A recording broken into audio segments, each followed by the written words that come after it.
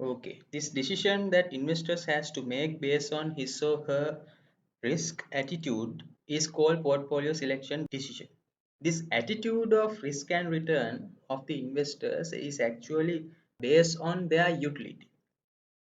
Normally we say as an investor we will target a point along the efficient frontier based on his or her utility function. So the utility is actually reflects investors' risk and return preferences. This attitude towards the risk is normally defined as the utility function of the investors or the utility towards the risk and return combination. As we all know, the relationship between risk and return is positive. Now, this relationship is actually represented in this particular diagram here, where we have indifference curves or utility curves of the investors. Now you can see higher the return, higher the standard deviation. That means higher the return, higher the risk.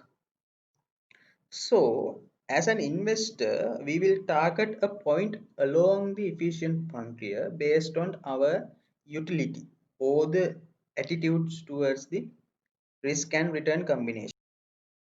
By introducing this utility curve into the efficient frontier, we can decide how this utility curve and the efficient frontier interact each other to decide optimal portfolio for each and every investor. Now, as we all know, these utility curves are not going to touch each other because each and every utility curve represent different level of utilities. And when you go up in the utility curve map, the utility level will increase. So any day, any investor would prefer a higher utility curve or higher indifference curve than the lower indifference curve. For example, any investor would prefer to invest on portfolio B rather than investing on portfolio C or E. So that is the basic idea. So every investor has this type of a map of indifference curve or map of utility curves representing his or her utility expectations of risk and return. So by interaction of this utility curve and the efficient portfolio frontier, we can decide how investors select an optimal portfolio that is suitable for his or her risk and return expectations. Now this is how it's happened. Now imagine that these orange curves represents the utility curve of different investors. When those curves touch upon the efficient frontier, right, those touching points actually represents the optimum portfolio for those investors. For example, just imagine that this particular curve represents the investor A. That means he will be setting up his portfolio based on this return and risk combination. So this might be his portfolio. Likewise, imagine that this particular curve represents the investor B, and that means he will select this particular portfolio the point that this utility curve touches the efficient frontier.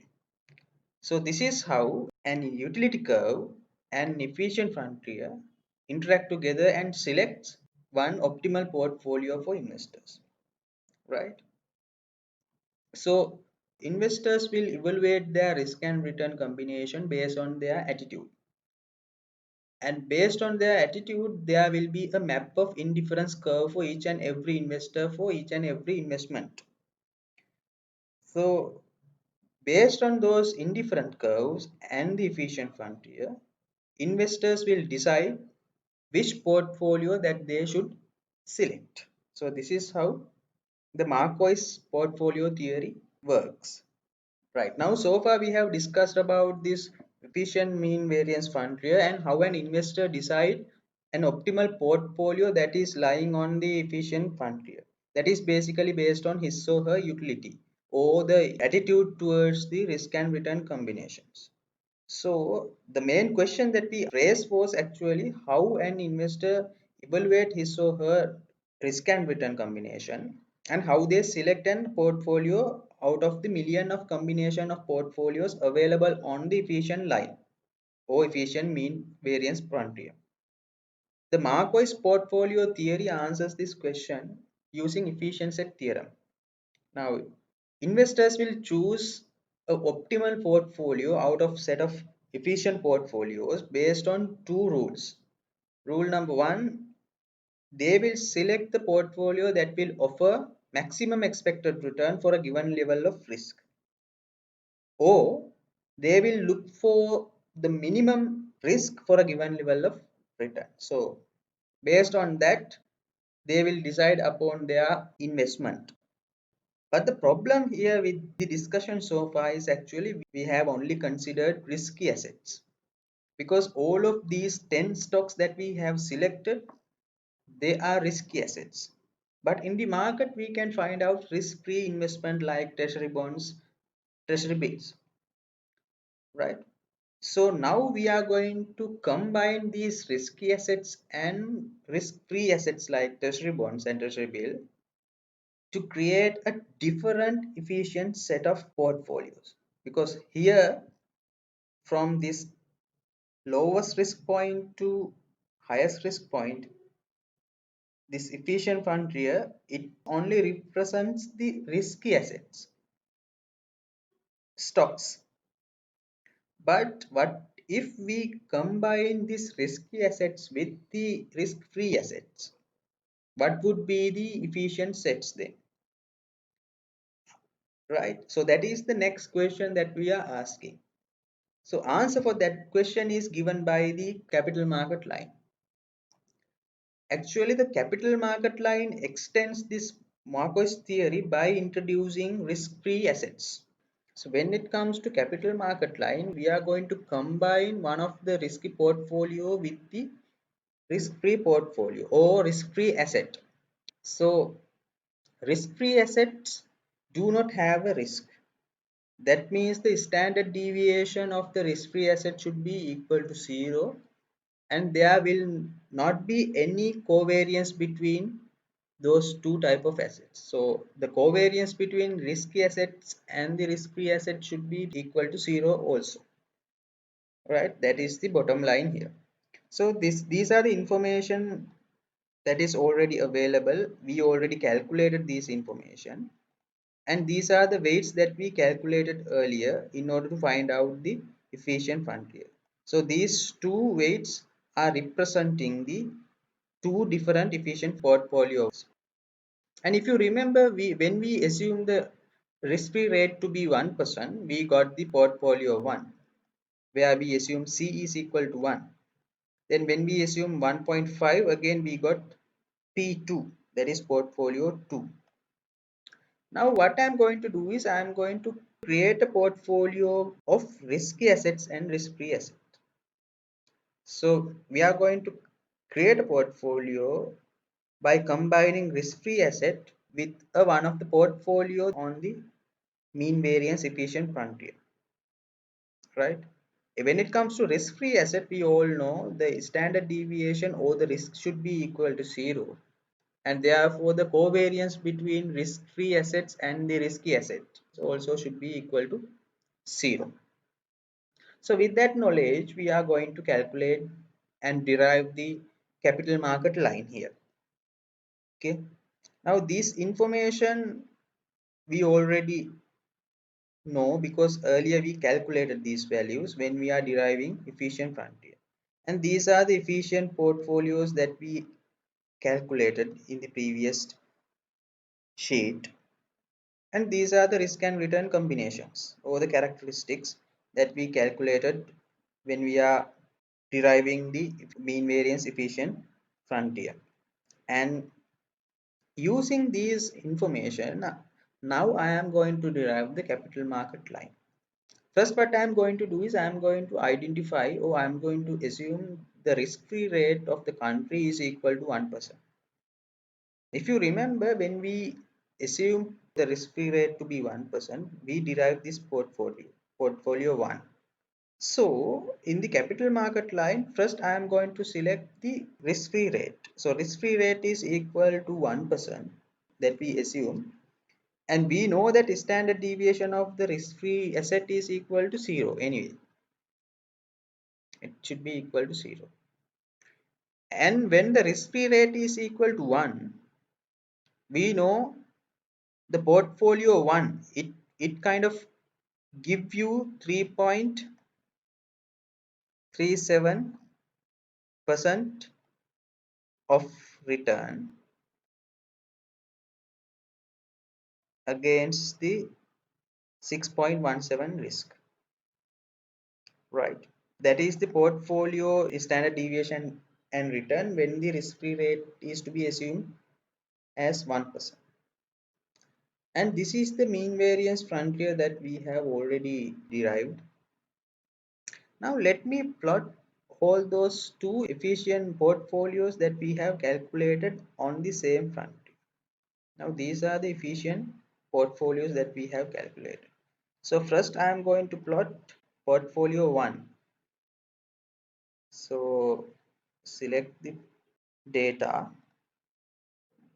add portfolio 1, we have standard deviation of 6.17 and return of 3.37. So we have this red dot, that is the efficient portfolio 1, and in the other one add x value should be here standard deviation portfolio 2, it is 9.49, and the y value is 4.49. That is the other one, right? So you can see now this red dot represents the portfolio 1 and the green one it represents the portfolio 2. Now you can clearly see those two efficient portfolios are also lying on the efficient frontier. That is what we should expect. Every efficient portfolio should be lying on the efficient frontier. Now what we are going to do is we are going to select one of these portfolios. Obviously we have now assumed that our risk-free rate is equal to 1%. Therefore we are going to pick the portfolio 1, and I am going to create another portfolio by combining this portfolio 1 and the risk-free asset. Here in the risk-free asset we get around 1% of return and 0 standard deviation, and portfolio 1 here it will give us 3.37 return and 6.17 standard deviation, which is represented in this graph with this red dot, right? So I am going to connect this red portfolio with the risk-free asset. Now risk-free asset produce you this 1% rate. So I am going to draw a line from 1% to the portfolio 1 that we have selected. So for that purpose I am going to go to the select data again, select data, add. So I am going to add x from 0 to 6.17 and y from 1 to 3.37, so that you have this particular line. Now you can see it is a straight line. So and I want to extend this straight line. So for that purpose I am going to assume another two standard deviation values, just assumption, 10% and 15%. So based on these two values I am going to calculate the values for return. As we all know, equation for a straight line is this: y equal to c plus mx. This is a very simple equation. I think you all know about that. C is equal to the constant value. Constant value means the value of y when x is equal to 0. Here x value is standard deviation and y value is return. So when the standard deviation is equal to 0, the mean return should be equal to 1%, because we know that risk and return combination of the risk-free asset, standard deviation 0, return is 1%. So this dot actually represents that is the risk-free rate. So using these information I can easily calculate m is actually represents the slope of the curve. Now how you calculate the slope?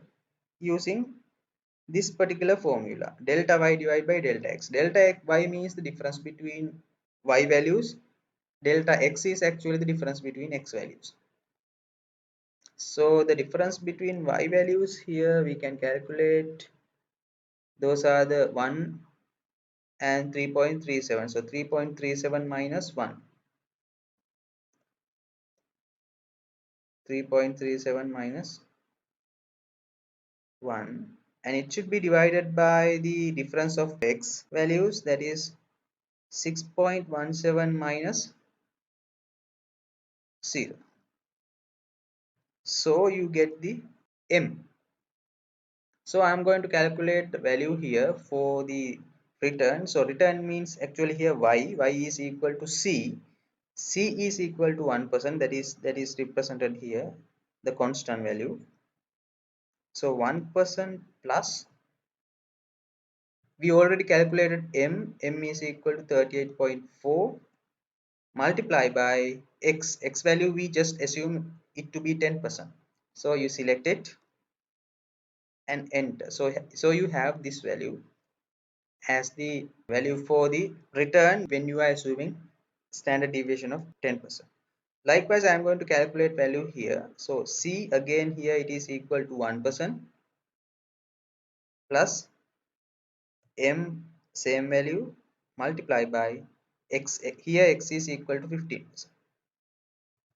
You get these values. Now what I am going to do is I am going to add these values into the curve that we have derived. So I am going to go to the design again, select data. So I am going to edit the curve here. So extending from standard deviation in order to include all the values. All right. Now you have a complete curve here, a straight line for your CML. So this particular curve we call it capital market line, CML.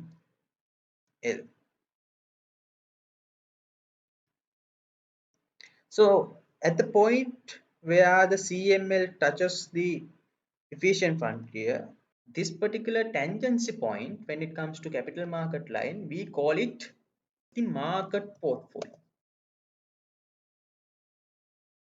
Now here the market portfolio is exactly this portfolio 1 that we have just calculated.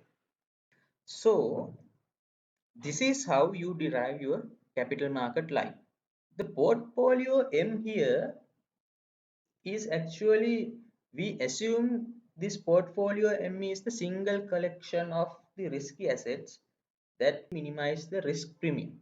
How you identify this risk premium is actually by calculating the slope of the capital market line.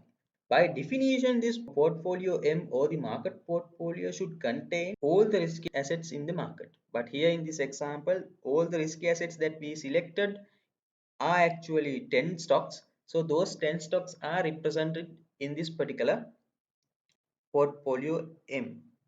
So based on, if those conditions are clear, we can develop this type of a capital market line for the market, right?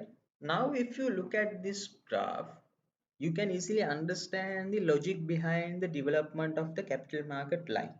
If you remember where we started with the individual stocks, we first calculated risk and returns of the individual stocks.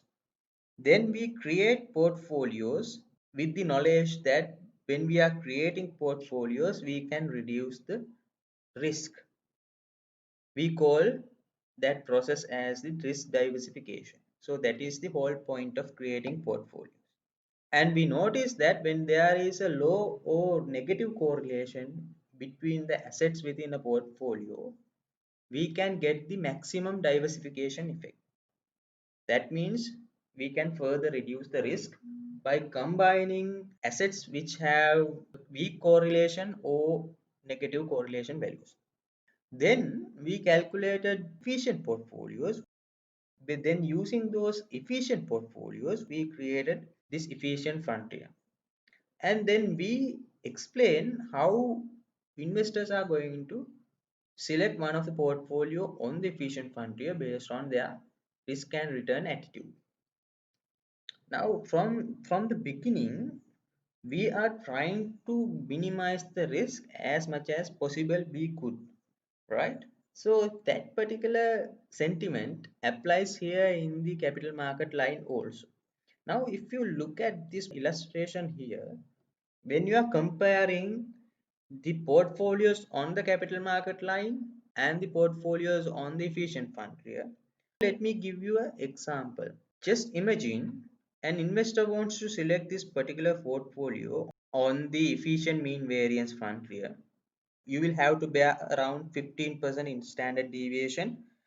So you will get around 6% return. So when you are selecting this particular portfolio, you should understand that there is another portfolio on the CML line where you can get better performance here. Now, if you select this particular portfolio instead of the portfolio on the efficient fund here, it will give you the higher return for about the same risk that you will have to bear. So any day and any investor will prefer a portfolio on the capital market line than the portfolios available on the efficient fund. If you look at each and every point here, each and every point, because this CML line is well above the efficient frontier, that means CML line give you a superior performance than the efficient frontier other than the market portfolio. So market portfolio is the portfolio that gives you the highest risk premium or the highest excess return for a 1% of risk that you are bearing, or for a 1% of standard deviation. So at the market portfolio, you get the similar performance from the capital market line as well as the efficient frontier. But anything other than the market portfolio, CML is always superior to the efficient mean variance frontier. Therefore, investors will not select anything from the efficient mean variance frontier where they can get a better portfolio on the capital market line. So that is the main logic behind creating this portfolio of combination with the risk assets as well as risk-free asset. Suddenly, when you combine risky asset with a risk-free asset, you would be able to create better performing portfolios. So that is the theory behind, that is the rationale behind this capital market line. That is the rationale behind this capital market line. So let me calculate this slope for the capital market line so that you can understand the mathematics behind the capital market line and the capital market equation. So for that purpose, I am going to use this particular graph here. I am going to plot the capital market line on this particular graph, only the capital market line. So let me select data here. So this is the capital market line data. Select data, add. I'm going to put standard deviation on the x-axis and return values on the y-axis. So you get this, we'll see. Right, so this is the capital market line. So I have used the same data that we used. So this is called capital market line. And this particular, the starting point, that is always the risk-free return, the risk-free rate, you can clearly see. And this particular point, which is actually the portfolio 1, we call it as the market portfolio with the derivation of the capital market, because it is the tangency point with the efficient mean variance frontier. So we call it market portfolio. We call it market portfolio M.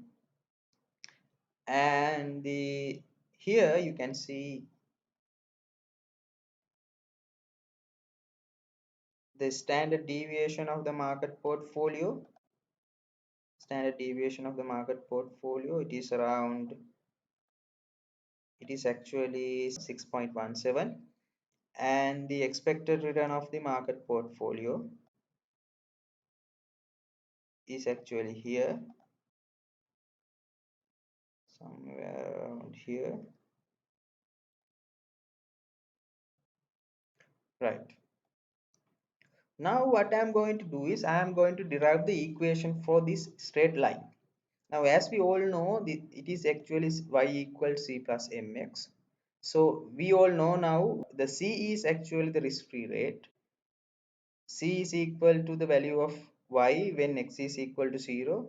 Now according to this particular example, x represents the standard deviation and y represent the returns. So when the standard deviation is 0, returns that is equal to 1%. So C is equal to 1%, that means it is risk-free rate. So I am going to substitute that value. Instead of C, I am going to put risk-free rate here. Plus we have a standard deviation here, that standard deviation in the sense this standard deviation of the portfolio. So I'm going to put portfolio standard deviation here instead of x. So only thing that is remaining here is m is actually the slope. How you calculate the slope? We earlier also we calculated the slope. This is how delta y divided by delta x. So if you look at this, you can easily identify those values. For example, now let me compare these market portfolio with the risk-free rate, so you can identify these delta x and delta y. So the difference between y values, that is delta y here, the difference here, that is basically expected return of the market minus risk-free rate, expected return of the market minus risk-free rate. And the difference here in the x-axis is actually the market standard deviation of the market portfolio, because all you have to do is standard deviation market portfolio minus 0. So you get the expected return of the market minus risk-free rate divided by standard deviation of the market minus 0. So that is what is mentioned here. So I have simplified that equation in here, so you can see the finalized formula for the capital market line. So the rate of return of the portfolio is equal to risk-free rate plus rate of return of the market minus risk-free rate divided by the standard deviation market multiplied by the standard deviation of portfolio, right? So the RF is actually C, standard deviation of the portfolio is equal to X.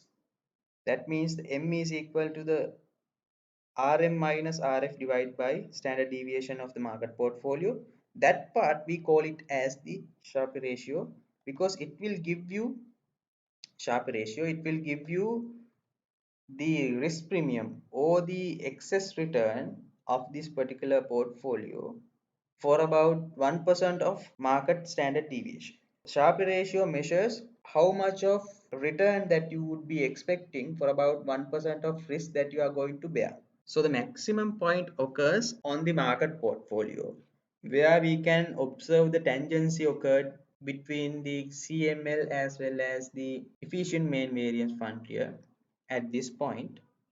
At the market point, we get the maximum Sharpe ratio from the efficient mean variance frontier. That's why we call it as the market portfolio, because market portfolio gives you the maximum excess return that is possible for a given level of market risk, or simply 1% of standard deviation. So that is the main explanation here. Now let me explain another important point in the capital market line. Normally, when it comes to capital market line, the portfolios coming after the market portfolio, or other words, the portfolios that have higher returns than the market portfolio, we call them the borrowing portfolios. We call them the borrowing portfolios, right? And the portfolios that gives you lower return than the market portfolio, we call them lending portfolio. We call them lending portfolio, right? So let me explain how this is happening, lending and borrowing portfolio. The main idea of capital market line is actually investors will invest on the market portfolio, because market portfolio is the portfolio that provide you the highest excess return for a given level of risk, right? So therefore all the investors are going to invest on the market portfolio. Now the next thing is to understand how these borrowing portfolios and lending portfolios are working. All right, so let me give you some examples here.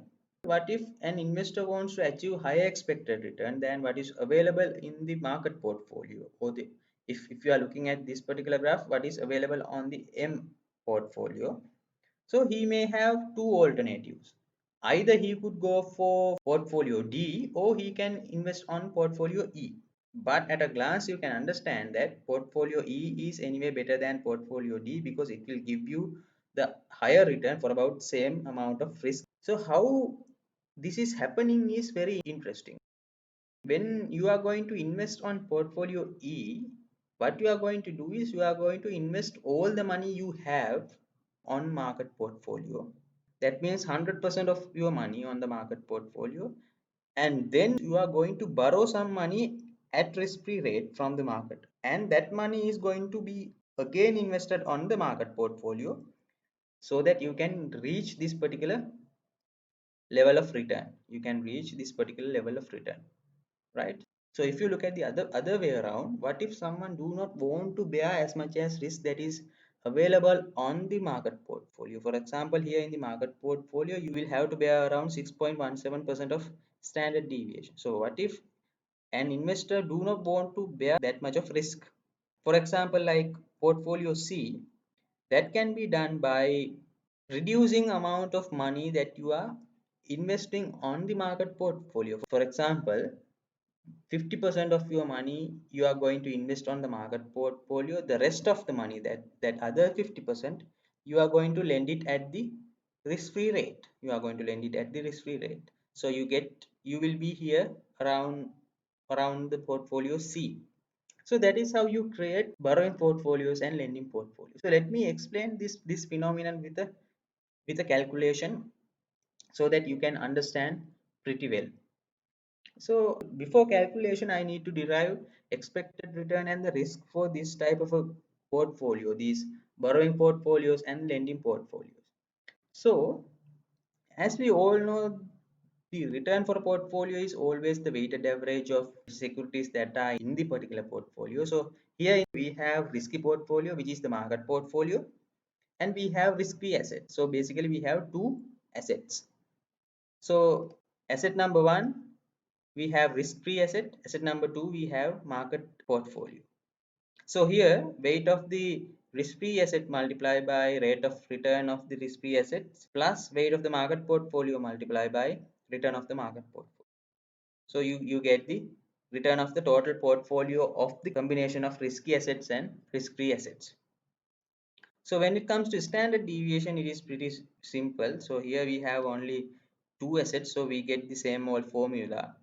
So here we have weight to power 2 of the risk-free assets and multiply by variance of the risk-free assets plus weight to power 2, again variance of the market portfolio, 2 multiply by weight of the risk-free assets, weight of the market multiply by the covariance between the risk-free assets and the market portfolio. But as I explained earlier, the standard deviation of the risk-free asset is basically equal to 0, because that's why we are calling it as risk-free. So anyway, this particular value is going to be equal to 0, like here. So since the standard deviation is equal to 0, the covariance between market and the risk-free rate is also going to be 0. So therefore this whole portion of the equation is going to be equal to 0, and the first part of the equation is also going to be equal to 0. So only thing that is left here is actually the middle part of the equation, which is given in this particular formula. So once you simplified that, you will get this particular formula. So that's why you always get a linear relationship. You can see the standard deviation is actually a function of the standard deviation of the market portfolio, right? Standard deviation of the portfolio is actually a function of the standard deviation of the market portfolio. Just multiply it by the weight of the market portfolio. So this particular arrangement, you can, I think you can understand this. Now 1 minus WRF, that is the weight of the risk free asset. So 1 minus weight of the risk free asset means that is basically the weight of the market portfolio.